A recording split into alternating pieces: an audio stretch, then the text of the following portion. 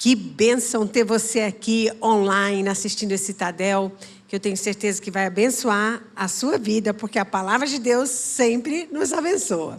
Então, nós vamos estar falando sobre 4 princípios que farão toda a diferença na sua vida. E nós vamos usar o livro de Provérbios, e como você sabe, o livro de Provérbios é um livro que é chamado o livro da sabedoria. De lá nós podemos extrair como nós sermos melhores pessoas, pais, filhos, líderes, né? Tem conselhos para todas as áreas das nossas vidas. Inclusive, Provérbios tem 31 capítulos.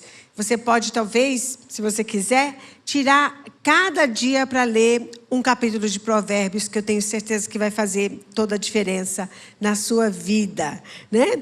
E hoje nós vamos aprender algo interessante da palavra de Deus, que fala acerca de 4 animais pequenos, que podem nos instruir e nos dar uma lição de vida. Vamos abrir a palavra de Deus em Provérbios 30 e ver o que a palavra de Deus nos fala, como nós podemos adquirir conhecimento, como nós podemos ser instruídos pelos provérbios. Olha só, Provérbios 30, 24 fala assim: há 4 coisas bem pequenas na terra, mas que são mais sábias do que os sábios. Nossa, só esse título já nos chama a atenção, né? 4 coisas que são pequenas na terra, que são mais sábias do que os sábios. Primeiro, nós vamos aprender as formigas, povo sem força, mas que no verão prepara a sua comida. Se nós vemos o que o salmista está falando, é interessante que ele fala que as formigas são um povo, né? São um povo. Por quê? Porque as formigas, elas vivem em colônias e cada uma delas tem a sua função, são organizadas, né? É realmente um animal que nós deveríamos estudar. E a Bíblia fala que as formigas, o que elas fazem que chamou a atenção, né, do escritor de Provérbios? E olha só, ele fala: formigas, um povo sem força, mas que no verão preparam a sua comida. O que ele está querendo nos instruir aqui acerca das formigas? A primeira coisa é que as formigas, elas têm uma visão. Elas têm um entendimento, né, do futuro. E elas começam a juntar, a preparar para o futuro. O Abe tem uma frase que é muito legal, que eu acho. Ele fala assim: quem não se prepara para o futuro lhe pegará de surpresa. Você tem se preparado para o futuro? Quais algumas coisas que você tem feito, que você tem preparado para o futuro? Eu sei que você, como um líder, né? Aqui é um treinamento de líderes, e eu sei que você, como um líder, tem que estar pensando acerca do futuro do seu life, do futuro das pessoas que estão congregando lá com você, né? Já preparando aqueles líderes. Mas também você pode ser aquela pessoa que está se preparando para o futuro em outras áreas também. Será que você tem se preparado para o futuro? O inverno chega, gente. Eu sei que o momento que nós estamos passando, parece que o inverno está bem forte sobre nós. Mas, mesmo no inverno, nós podemos preparar para o futuro. E, claro, as formigas aqui, elas preparam no verão. Elas estão atentas, né? Elas estão sempre atentas, pensando no futuro. Mas algumas dicas de coisas que nós podemos fazer para nos prepararmos para o futuro. Nós estamos fazendo uma reservazinha. Nós temos um alimento extra dentro de casa. Ninguém sabe o que vai acontecer no futuro, né? Nós temos um alimento extra e trazer para a igreja, para que a igreja possa abençoar pessoas no futuro. Nós temos alvos de talvez parar de usar cartão de crédito. Você está se preparando para o futuro, talvez vendendo coisas que você não usa, Tudo isso é se preparando para o futuro. Você tem uma visão, um alvo. E as formigas, elas têm esse alvo. Elas se preparam, elas guardam, né, para o futuro. Estão preparadas para o futuro. Elas não ficam olhando para trás. Aliás, gente, eu nunca vi uma formiga olhando para trás. Elas sempre estão olhando para frente, né? Elas não ficam, eu creio que elas não ficam, né? Eu estou fazendo uma analogia. Elas não ficam pensando, eu poderia ter feito isso. Se eu tivesse feito aquilo. Não, vamos para frente, vamos para o futuro, né? Nós temos que buscar a Deus para saber o que Ele quer, como Ele quer que a gente se prepare para o futuro. A formiga, ela se prepara hoje para as coisas que não precisa hoje, mas que ela vai precisar para amanhã. Só que enquanto eu estava preparando esse estudo, e eu tenho pensado muito sobre isso, sobre se preparando para o futuro, Deus me falou algo muito interessante. Ele falou, muito bem, é muito importante realmente preparar, fazer uma reserva, guardar alimento, mas tem algo muito mais importante que nós temos que estar preparando para o futuro. Por quê? É para você estar se preparando para o futuro no sentido do futuro e da sua eternidade. Todos nós um dia vamos prestar contas diante de Deus. Isso é um futuro, é algo que todos nós um dia vamos ter que prestar contas diante de Deus. E como é que eu posso estar me preparando para o futuro? Se eu for aprender com a formiga, que ela se prepara para o futuro, eu vou estar pensando também no futuro, na eternidade. Eu tenho usado a minha vida me preparando para a eternidade. Pastor André, como é que eu faço isso? Quais são algumas coisas que eu preciso acumular para a eternidade? Nós sabemos que caixão não tem gaveta. E não tem nada que a gente possa levar dessa terra para a eternidade. Mas a eternidade virá, né? Um dia nós vamos encarar a eternidade. Quais são algumas coisas que eu posso estar fazendo, me preparando para o futuro da eternidade? Eu posso ajudar pessoas. Eu posso contribuir com alguém. Eu posso compartilhar, ajudar os pobres, né? Ajudar uma pessoa que está em depressão, escutar aquela pessoa, ser um canal de bênção. Toda vez que eu sou um canal de bênção, eu estou me preparando para o futuro. Então, vamos aprender com as formigas a se preparar para o futuro da eternidade também. E quando a gente fala em formiga, hoje em dia as crianças não fazem isso. Mas eu lembro que quando eu era criança, eu gostava de deitar no chão e às vezes aparecia aquela formiguinha carregando um pedaço de bolacha, uma folha. Aí eu gostava de ficar olhando e prestando atenção àquela formiguinha levando aquele pedaço de bolacha tão grande que quase nem dava para ver a formiga, né? Mas aquilo lá ela estava fazendo o quê? Ela estava levando, pensando no futuro, por quê? Porque ela um dia ia desfrutar daquilo que ela guardou. Então vamos nos preparar, vamos aprender com as formigas, nos preparando para o futuro. Segundo bichinho, né? A Bíblia fala que esses bichinhos são bichinhos pequenos, que têm uma grande lição para as nossas vidas. O segundo bicho está no versículo 26, que fala assim: os arganazes, povo, também chama eles de povo, não é? Povo que não é poderoso, mas que faz a sua casa nas rochas. Interessante que esses bichinhos são bichinhos roedores. Eles parecem uns esquilozinhos, parecem um ratinho, né? E eles não são poderosos. Eles têm os seus predadores.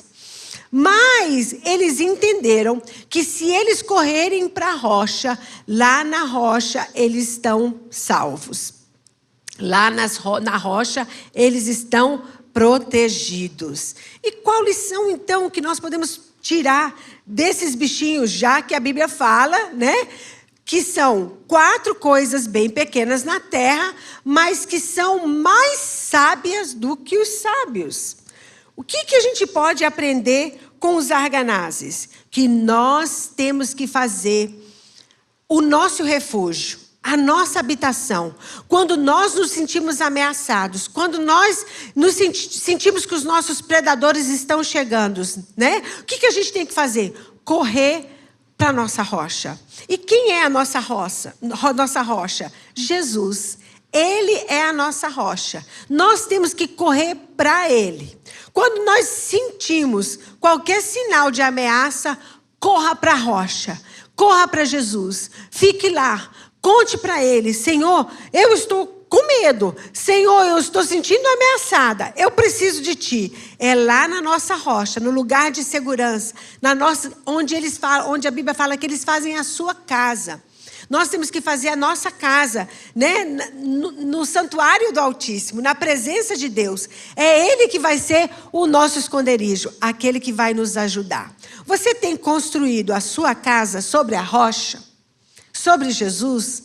Vamos aprender com esses bichinhos a nós construirmos a nossa casa realmente na rocha que é o Senhor Jesus. Quando nós nos expomos à palavra de Deus, quando nós obedecemos a Deus, quando nós andamos segundo os ensinamentos do Senhor, nós estamos construindo a nossa casa dentro da rocha.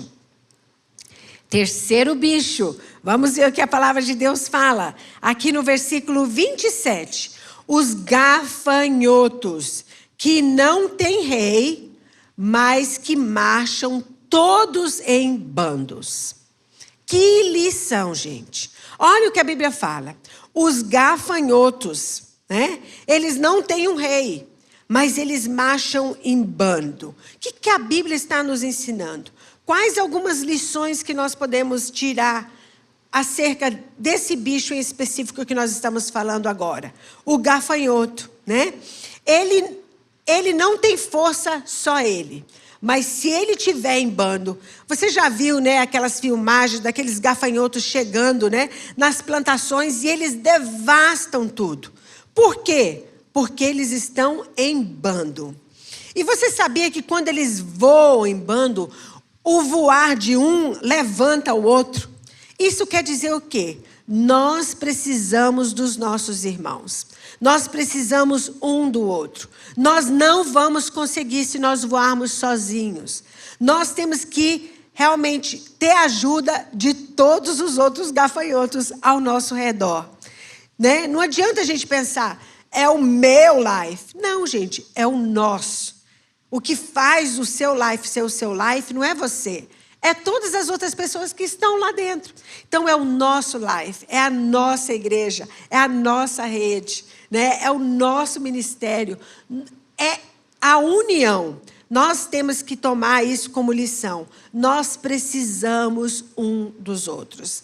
Não podemos desprezar nenhuma pessoa. Toda pessoa é importante, todo gafanhoto é importante, né? Um levanta o outro e nós temos que ter isso em mente, né? Aprender com esses bichos a força que o gafanhoto tem na unidade que empurra uns aos outros. Então não é a minha igreja, né? Jesus falou que ele estaria edificando a igreja dele.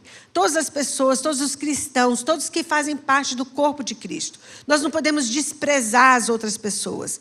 Às vezes a pessoa despreza uma região do país. Ah, é do norte, é do sudeste, é do centro-oeste. Gente, nós somos um povo só, né? E tem algumas coisas que nos unem, que nos faz um povo só. Que é o quê? Que é Jesus, que é espalhar o evangelho, que é nós servirmos o mesmo rei. Somos um povo. Nós temos que nos unir realmente. Eu lembro que quando eu fiz faculdade, uma das coisas que para mim era muito difícil, era porque lá na faculdade sempre nós tínhamos que trabalhar em equipe. E para mim eu pensava, não, mas eu tenho isso para fazer, eu tenho o meu horário, né? Eu tenho o meu jeito de trabalhar, eu gosto de fazer assim, mas sempre eu tinha que, tem o horário da fulana, do fulano, ele faz isso, mas você vai fazer isso, só pode nesse horário. Para mim eu tive que aprender a trabalhar em equipe, a aprender a depender das outras pessoas. E nós temos que aprender, né, o poder da unidade. Então, nós já vimos 3, né? Primeiro, a formiga, ela tem visão de futuro. Segundo, as arganazes, que ela tem a casa firmada na rocha. Nós vamos ter nossa casa firmada na rocha. Terceira, os gafanhotos, que nos dão uma lição sobre unidade. E aí, nós temos a quarta, que é o quê? As lagartixas. Lagartixas. Hoje em dia, é interessante que a gente não vê tantas lagartixas. Mas quando eu era pequena, na minha casa, né, naquela época, se via muitas lagartixas na parede. E era algo que nos chamava muita atenção, as lagartixas, né? E as lagartixas, elas têm algumas características muito interessantes. Olha, vamos ver o que a Bíblia fala sobre as lagartixas, aqui no próximo versículo, no 28. A lagartixa, que se pode apanhar com as mãos, mas que se encontra até nos palácios dos reis. Né? E realmente, as lagartixas as pessoas pegavam com a mão mesmo. Né? Eu tinha um pouquinho de nojo, nunca peguei lagartixa, eu acho que, não me lembro, porque eu era uma menina bem assim, destemida, mas eu não estou lembrada que eu peguei alguma lagartixa, mas a Bíblia fala, e eu tinha visto muitas pessoas que pegavam a lagartixa com a mão, mas aqui a Bíblia está dizendo que elas são, né, um bichinho que você pode pegar até com a mão, só que elas andam nas casas dos reis, dos palácios. O que a gente pode aprender, então? Elas grudam na parede do palácio. E eu até fiquei pensando acerca disso, né? Falei, elas grudam na parede do palácio. O que a gente pode aprender sobre isso, Senhor, né? E Deus me falou assim, elas grudam na parede dos palácios e os cristãos podem grudar nas paredes dos palácios, tomando posse das promessas do rei. Nós temos que tomar posse das suas promessas. Podemos aprender com a lagartixa que nós podemos nos grudar nas paredes do palácio. E é interessante, eu nunca vi uma lagartixa cair da parede. Sempre vejo elas, né, via elas subindo, nunca elas caíam. Por quê? Porque elas grudavam. E uma lição que a gente pode ter com as lagartixas, nós podemos nos grudar na parede realmente do palácio, do rei, tomando posse das promessas de Deus, tomando posse daquela casa, daquele lugar, né? Que é o lugar onde o rei habita, onde o nosso Deus habita. Nós temos que grudar mesmo e aprendermos com esses bichinhos. Se nós fizermos isso, nós vamos desfrutar realmente da presença do rei, das suas promessas. São bichinhos tão pequenos, mas que têm tanto para nos ensinar. Se nós pudéssemos sentar aos seus pés, desses 4 bichinhos, ia ser até difícil a gente achar os pezinhos deles, né? Mas se nós pudéssemos sentar aos pés desses bichinhos, nós iríamos saber que eles têm tanto para nos ensinar e nós temos tanto para aprender. Então vamos revisar? A Bíblia fala que as 4 coisas bem pequenas na terra, mas que são mais sábias do que o sábio: a formiga, que tem visão de futuro, né? As arganazes, que firmam as suas casas na rocha, e nós vamos firmar nossa casa na rocha, que é Jesus. Os gafanhotos, que andam em bando e têm o poder da unidade, e nós vamos ser unidos, não vamos ser aqueles que vamos falar mal, derrotar os nossos irmãos, né? Jogar eles para baixo, não. O voo deles nos faz voar também mais alto. O poder da unidade. E aí, por fim, as lagartixas que andam nos palácios, grudam nos palácios. Nós vamos grudar na presença do nosso rei. Tomar posse da sua palavra. Declarar a sua palavra. E andar no meio do rei. Através de nós grudarmos nas paredes do palácio. Uau, uau, muito obrigado, meu amor, que palavra maravilhosa, obrigado mesmo. E eu sei que me edificou, eu estava ouvindo aí, né? E eu sei que com certeza edificou você também, que está em sua casa, no seu carro, aonde você estiver, recebendo essa palavra, em nome de Jesus. Como eu prometi domingo passado, eu quero agora passar para vocês um pouco sobre a missão Casas de Paz, tá certo? Só recordando que dias 11 de agosto até 4 de setembro, vamos estar fazendo essa grande missão Casas de Paz. O que é isso? Deixa eu explicar para você. E por que está lá na frente, pastor Eibe? 11 de agosto até 4 de setembro. É por causa da pandemia? Não tem nada a ver com a pandemia. É porque nós queremos preparar muito antes dessas casas de paz. Deixa eu explicar. Dia 11 de agosto até 4 de setembro engloba 4 semanas. Alguns life groups nossos reúnem na quarta, outros reúnem na quinta, outros reúnem na sexta, outros reúnem no sábado. Então essas 4 semanas começa dia 11 de agosto, na quarta-feira, vai até 4 de setembro, no sábado. Então todos os nossos life groups, durante essas 4 semanas, de 11 de agosto até 4 de setembro, elas vão pulverizar em muitos pequeninhos grupos de evangelismo. Então, cada life group vai gerar vários grupinhos de evangelismo, onde vamos estar evangelizando. E quem vai estar liderando esses grupinhos de evangelismo? Esses grupinhos de evangelismo vão ser liderados por líderes que agora estão em treinamento, auxiliares dos líderes de life group. E esses líderes que estão em treinamento vão receber todo um preparo, todos os cursos que for necessário, porque eles já vão ser qualificados para liderar life groups. Então, eles vão evangelizar durante essas 4 semanas, ganhar muitas pessoas por Jesus, e essas casas de paz vão se transformar em life groups. Está entendendo? Agora, e o líder de life group durante essas 4 semanas? Ele também vai liderar um pequeno grupo de evangelismo que se chama Casa de Paz. Então, para poder estar preparado para isso, é importante entender que antes de ser um líder de life group, é importante você ser um discipulador. O que é um discipulador? Discipulador é alguém que obedece à grande comissão onde Jesus disse: ide fazei discípulos de todas as nações. Então, o discipulador, ele aprendeu como cuidar de outra vida, como não só ganhar vidas para Jesus, mas discipular e acompanhar aquele novo convertido e ajudar aquele cristão a crescer na fé. E também ensinar aquele cristão como também ganhar outros para Jesus e cuidar deles. Tá? Isso que a Bíblia chama de fazer discípulos. Então, um discipulador tem várias qualificações que nós vamos mostrar daqui um pouco. Uma dessas qualificações para ser um discipulador é para fazer o Expresso 1. O Expresso 1. Então, o Expresso 1 também nós vamos estar mostrando. Nós vamos mostrar agora mesmo. Olha, dia 1º a dia 20... Perdão.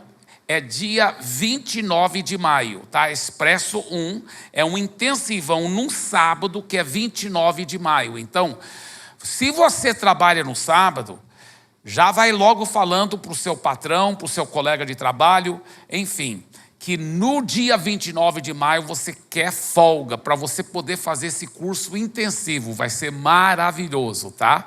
Então vai ocupar uma grande parte do dia de sábado, especialmente à tarde e à noite. Tá? Então, se você trabalha no sábado de manhã, ainda vai poder fazer esse Expresso 1. Mas é muito, muito importante. Vai ser no dia 29 de maio. Vamos ver, então, as qualificações para ser um discipulador, tá certo? Olha, nós podemos ver aqui, eu estou olhando aqui mesmo no quadro, tá certo? É ser membro da Paz Church. Ser membro da Paz Church. É verdade que para ser, então, um discipulador, deve ser membro da Paz Church. Agora, é interessante porque para se tornar membro da Paz Church é a coisa mais simples. Você deve ser convertido de verdade. Se você era membro de outra igreja, tem certeza, talvez você veio de outra cidade, mas mesmo assim, pegue a bênção e a permissão da sua antiga liderança, tenha certeza que transicionou corretamente tudo na ética cristã para a Paz Church, tá certo? Então, ser convertido, ser transferido corretamente, se já era convertido antes, e garantir também que você fez o café com pastor. Isso todo mundo sabe, sempre anunciamos as datas do café com pastor, é 0800, mas tem que fazer inscrição porque lá você aprende princípios básicos e você se torna um membro da Paz Church, tá certo? Muito bem. Então, ser membro da Paz Church. Segundo, congregar fielmente no culto de celebração e no Life Group. Terceiro, completar o acompanhamento inicial do primeiro livro, comprometer-se a completar os outros 2 níveis de discipulado e continuar sendo discipulado 1 a 1 regularmente. 4, completar a classe da nova criatura. 5, completar o Expresso 1. Lembra que a data do Expresso 1 é dia 29 de maio, no sábado, um intensivão. Completar o Expresso 1. Número 6, ser batizado no Espírito Santo. Número 7, ser dizimista fiel. Número 8, assistir os vídeos do treinamento prático de discipulador. Esses vídeos são pequenos, tá? 10, 15 minutos, só 3 vídeos. Preencher o questionário dos vídeos e enviar para o seu discipulador e para o seu líder de Life Group. O link para assistir esses vídeos está bem aí, tá? Então, paz.church/discipulador. E 9, ser aprovado para ser discipulador pelo seu líder de Life Group e pelo seu discipulador, tá? Uma vez que você, então, é discipulador, aí você está pronto para fazer as qualificações para ser um líder de Life Group, tá certo? Domingo que vem eu vou estar falando um pouco mais sobre isso, ou sobre como ser um líder de Life Group. Mas a primeira etapa é se tornar um discipulador. Deixa eu dizer uma coisa. O meu Life Group, por exemplo, que reúne na minha casa, ele vai multiplicar muito antes da missão Casas de Paz. Porque eu já tenho alguns líderes em treinamento já na agulha. Então eles vão se tornar líder de Life Group muito antes de agosto e setembro. Não é mesmo?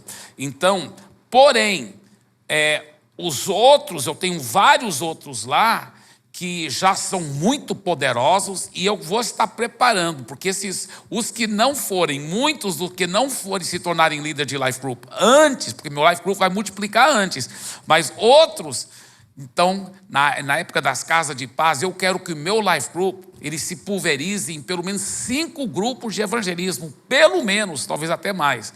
E nós vamos formar, durante a semana da Casas de Paz, o mês das Casas de Paz, as 4 semanas, nós vamos formar pelo menos só do meu Life Group, mais 5 novos Life Groups, pelo menos. Eu estou muito animado sobre isso, e eu sei que você que é líder de Life Group, deve estar muito animado também sobre tudo que Deus está fazendo no nosso Life Groups. A Paz Church já tem mais do que 100 Life Groups, para ser exato, 108 Life Groups, poderosos, são grupos grandes de pessoas, sejam jovens, adolescentes ou adultos, casais, que estão bombando, cheio de fé e vitória. Se você ainda não faz parte do Life Group, entra no nosso site, dê o seu nome lá e nós vamos providenciar para você, tá? Tá aí o site, olha, www.paz.você/São Paulo, né? VC/SP.